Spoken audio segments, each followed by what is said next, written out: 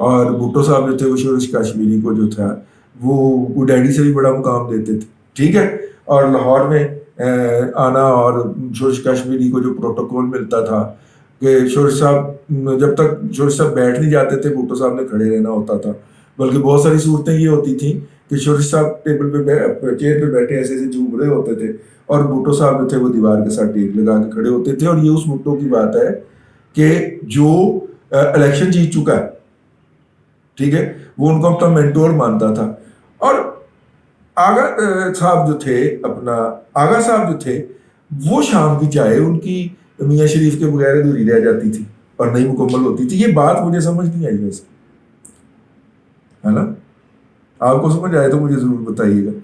تو یہ خیر لیکن لاہور کی اپنی سوشل لائف تھی اور اس کا چھاپ جو ہے وہ ہمیں پورے پاکستان میں نظر آتی. Coming back to our topic جی، تو وہ جو ان کے پاس جو ہے اس صورت کے اندر انہوں نے چونکہ سبق سکھانا تھا میاں شریف صاحب کو، تو میاں شریف صاحب کو سبق سکھانے کے لیے اتفاق فاؤنڈری جس جہاں پہ وہ اپنے ساتھ باقی کے 6 بھائیوں کی نمائندگی کر رہے تھے اس کو ٹیک اوور کر لیا گیا. اور ساتھ میں سی ایم لطیف صاحب بیکو والے جو تھے ان کا بھی رگڑا نکال دیا گیا. وہ آج کل کراچی کے ایک اسٹاک مارکیٹ کے بروکر کے کو شوکت عزیز صاحب چپکے سے تھما گئے تھے کیونکہ شوکت عزیز کے باپ کا تھا نا. شوکت عزیز صاحب نے اس کی ادائیگی وصول کر لی تھی نا بات، نہ پرائیویٹائزیشن نہ اشتہار نہ کچھ، شیئروں کے لین دین کے اندر ہی وہ اس کو تھما گئے ہیں نہیں. اور وہ این آئی ٹی کا چیئرمین جو ہے وہ بھی بڑا معزز اور ایماندار جو ہے ریٹائرمنٹ کے بعد اپنے گھر میں جا کے چھپ گیا اور آج کل کسی میڈیا پہ کسی جگہ پہ آپ کو نظر نہیں آتا. وہ جس کے اندر ملوث ہے کہ یا تو وہ استعمال ہوا ہوگا یا حصے دار ہوگا، دوسرا موضوع ہے، چھوڑ دیتے ہیں. تو خیر اس وقت کیا ہوا تھا، اس وقت ہمیں یاد حاصل ہے کہ ہم نے ایک ایسے کمرے کو بھی وزٹ کیا جہاں پہ کہ ہمیں بڑے فخر سے وہ سینئر جیلا صاحب نے بتایا کہ یہ ہم نے اتفاق کے دفتر سے لوٹے تھے.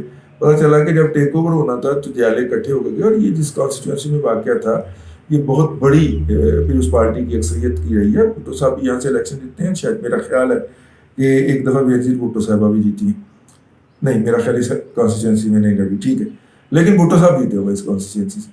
تو اس صورت کے اندر جو تھا وہ مطلب کہ بھٹو صاحب نے اس کانسٹیٹوینسی کے اندر وہاں پہ جا کے ان کے دیالوں نے لوٹ مار کی، پردے، فریج، صوفے، ٹھیک ہے، اور اے سی. یہ انہوں نے بڑے فخر سے بتایا کہ یہ ہم نے اے سی جو ہے یہ جو 4 لگائے، ونڈو اے سی 4 لگے ہوں، آپ کو کیسا لگے؟ یہ 4 اے سی لگے نا، یہ ہم نے ان میں سے 2 جو ہے نا یہ میاں شریف کے دفتر میں سے اتار کے لگا، یہ جو پردے لگے یہ بھی وہاں سے اتار کے لگے. بڑے فخر سے بتا رہے ہیں جیسے مالے غنیمت لوٹ کے آئے ہو، ٹھیک ہے. تو ان کو تجربہ تھا جی، لیکن یہ ذہن میں رہے کہ بھٹو اس وقت سول مارشل ایڈمنسٹریٹر تھے. ٹھیک، آگے چلتے ہیں. نیشن اخبار میں رات کے وقت ڈیوٹی پہ تھے، 1 بجے فون آیا میاں صاحب کی، میاں نواز شریف صاحب کی بہو کا، یا شہباز شریف صاحب کی بہو کا، شہباز شریف صاحب کی بہو کا فون آیا کہ جناب بھائی وہ گھر کے اوپر حملہ ہو گیا.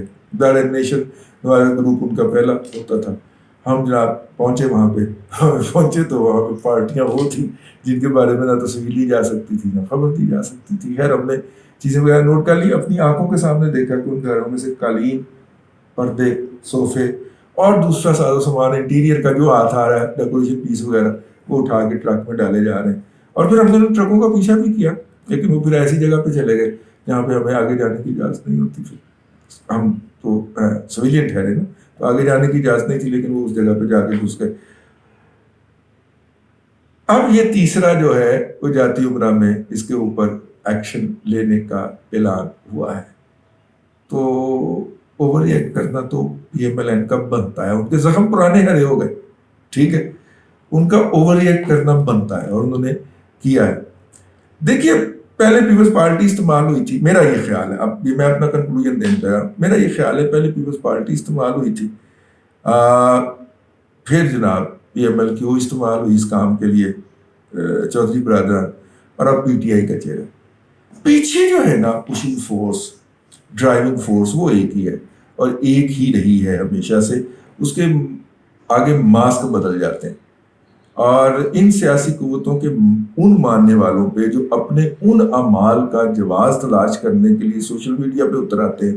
آج کل میں نے اسٹڈی شروع کی ہے, وہاں پہ بھی 5ویں پوسٹ والے نکل جو آج کل پیپلز پارٹی کی طرف سے ہم پہ یا دوسری پارٹیوں پہ یا خاص طور پہ پی ایم ایل این کے اوپر جو تبرہ فرما رہے ہیں, وہ بھی 5ویں پوسٹ کی دوگلی غلامی جنگ کے مجاہدین والی آئی ڈیز ادھر لگی ہوئی ہے.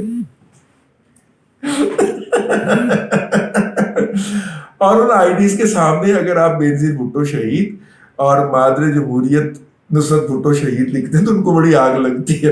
ویسے وہ پیپلز پارٹی کی طرف سے ڈیفینڈ کرنے آئے ہوتے ہیں. خیر جناب, اوور ریئیکٹ کرتا بنتا ہے, اچھا کیا ریئیکٹ کیا ہے کیونکہ ان کے پرانے زخم ہرے ہو گئے ہیں, لیکن یہ کوئی پہلی دفعہ نہیں ہوا, اور یہ ان فورسز کی کارروائی نہیں ہے جو بظاہر فرنٹ پہ آپ کو اور مجھے نظر آ رہی ہے. ٹھیک, کن فورسز کی کارروائی ہے وہ پھر ہم چلے جائیں گے کمپنی بہادر کی حکومت میں, پھر بہت سارے لوگوں کو تکلیف ہو جائے گی. اس لیے آج کے لیے اتنا ہی. فیڈ بیک ضرور دیا کریں ہمیں, ان سے ہمارا ڈسکرپشن میں ای میل ایڈریس لکھا ہوا ہے. اللہ آپ کو آسانیاں عطا کرے اور آسانیاں خلق خدا میں تقسیم کرنے کی توفیق عطا کرے.